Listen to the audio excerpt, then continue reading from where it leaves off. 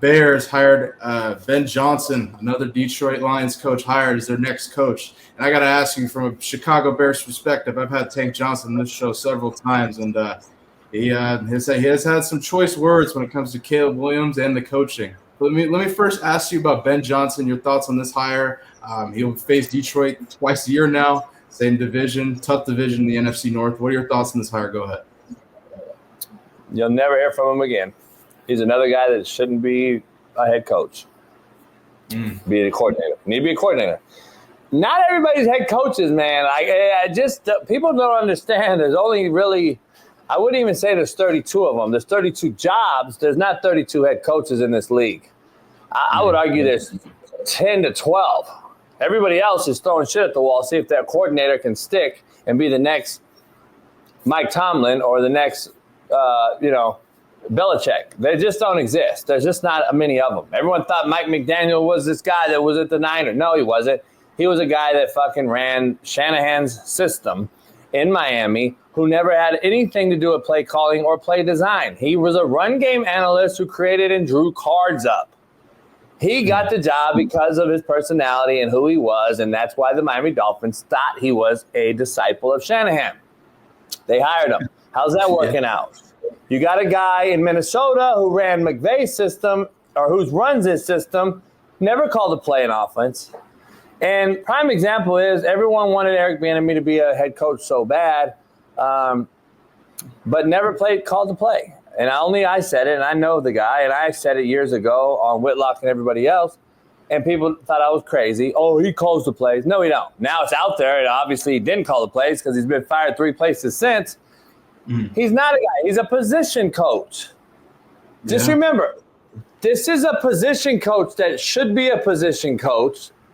You titled him a coordinator so that he can get job opportunities. That's what great coaches do, like Andy Reid, Bruce Arians, guys like that get guys jobs. But remember, he really should be a position coach. Now, let's title him an OC, Bailey. Just follow me. Title him an OC, and then that team has success, and now an organization hires this guy as a head coach. Yeah. When really you're not a coordinator yet, you're really a position coach. So you really went from position coach to head coach, and now you fell miserably. This is what happens with a lot of people in this profession. But nobody understands that because it's a lot of politics involved when it comes to titled OCs and titled DCs. And then owners and agents know each other. They hire these guys that they think called plays, but they didn't call one fucking play. And that's the problem. Because when you call plays, Bailey, you have to implement the play. You have to install the play. You have to install the down in the distance. You have to understand how to practice those things daily and get enough out of each one of those reps for each down and distance, each scenario, backed up, going in, -1, +1, hard counts. Now, are we going to hard count every time coming out? Yeah, because if we false start, who cares? We lose this much. Are we going to hard count going in? No, because if we false start, we're backing up 5 yards. All these things don't go into thought with these owners, these ADs in college. All these people have no fucking idea how to hire. And what happens is you hire unqualified guys, and then that's why you hear so many DEI hires and all these other shit out there. The bottom line is Bieniemy wasn't ready. A lot of these guys, and I hope to God Aaron Glenn works out. I don't think he's ready. And I'm going to say the same thing about Ben Johnson. It's good and fun and cool to call plays. Cool, fun to call plays when you have no pressure and you don't sit in this chair and you don't have to worry about what your DC's doing on the other side of the ball and your special team coordinator and your big-time prima donna wide receiver and how can I get these guys that want to hold out to the practice yard every day and how I have to deal with the fucking crazy media that's in Chicago, which is probably the 5th largest media market in the country, and how do I got to deal with a fucking quarterback who paints his nails and does TikTok dances as the face of my pro. He don't want to deal with all this shit. So now you have to see, all right, is he really ready? And I think this is another guy that'll be a coordinator in 2 years at some other place, doing a great job again as a coordinator. and his name will be back in the head coaching job. He'll be back up for the head coach in 5 years, somewhere new, and they'll say, hey, this is his second chance. He deserves it. Sometimes you just don't have it, and I don't think Ben Johnson has it. I think he needs to stay in his lane, and you're dealing with a prima donna, overpaid, under-delivering guy who paints his nails, and I'm going to keep saying it. Ain't nobody painting his nails winning shit. I don't give a fuck. Not in no alpha male sport, not in the alpha male environment. I don't care. Yeah, and I can't wait to ask Tank Johnson about this because I had Tank him on several times talking Caleb Williams, the nails, all this shit. So now they hire Ben Johnson. This is going to be interesting. You made a hell of a point when it comes to the position coach to head coach scenario. I mean, you can make that argument for several head coaches in the NFL. Here's a perfect example. So my buddy just sent me something, and I'm like, Reggie Bush came out today and said he would like to be the USC head coach. Oh, boy. So, see, this is what happens. You get figureheads and faces and brands and popular names to say that I'll be a head coach, I can do it. And then people go out there and advocate for it. Oh, he could be a great head coach. No, he fucking can't. Shut up. He's never coached ever. Like, see, that's the problem. Smitty, all these guys, that's my boy. He needs to be the head coach. People don't realize that you're advocating for a guy because he's your boy, but you're advocating for a guy that don't understand that there's 100 boys on the team that have daddies and other people involved that need a real coach. Yeah, that is true. Not a fucking figurehead. No, Reggie Bush should not be the fucking head coach of USC. See, that's the problem. That's the issue we have now, man. The media and all these things are pushing out. Now everybody's going for a job because they're being hired. Michael Vick, fucking Dion, fucking, Ed Reed, and fucking whoever else got hired lately. Shady McCoy wants to get hired. Yeah. They're fucking name. They're not going to hire anybody, fucking buddy, and you're going to have the most fucking. It's going to be such a joke out there, man. So, Robert did. Why could he be the running back coach, Roberto? Why? How could he? Tell me. You see, because he could jump cut and he could do what he did. He could be the running back coach. He could deal with 10 personalities.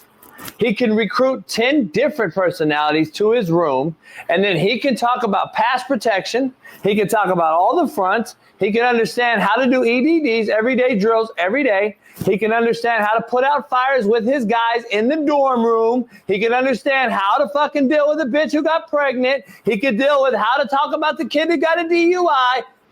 So he could coach running back. So could you, Roberto. So could you. So could Sanchez in the chat. So could my fucking dog.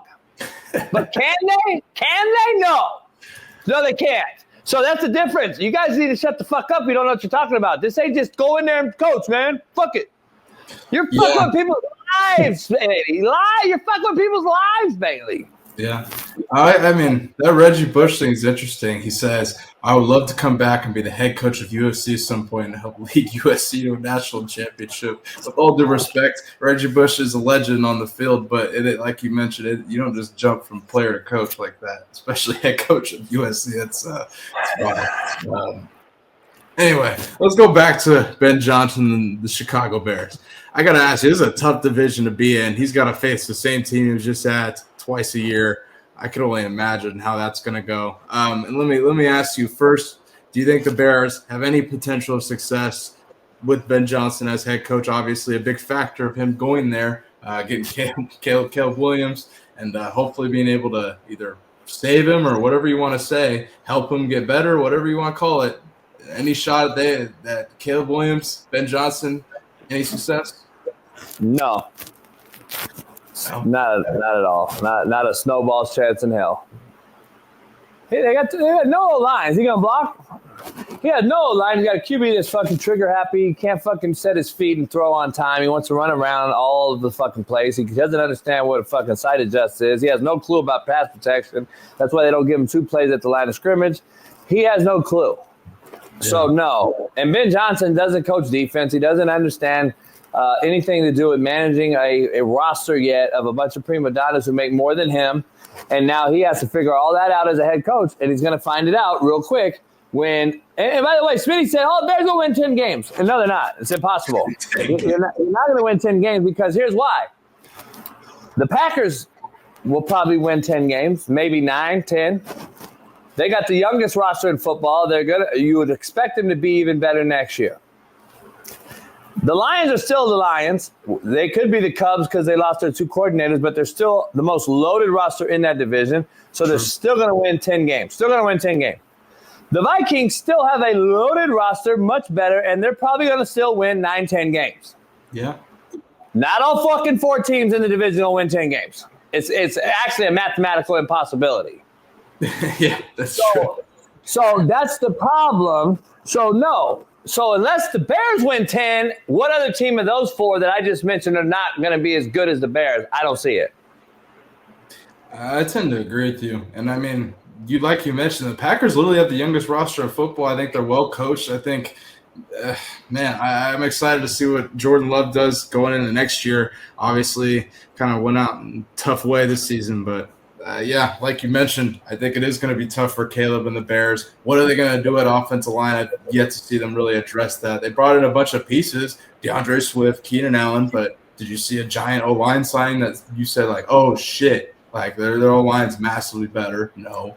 They're good defensively, but again, can that sustain with an offensive head coach now? Quarterbacks make O-lines, Bailey. Quarterbacks make O-lines better. He makes them worse. Yeah.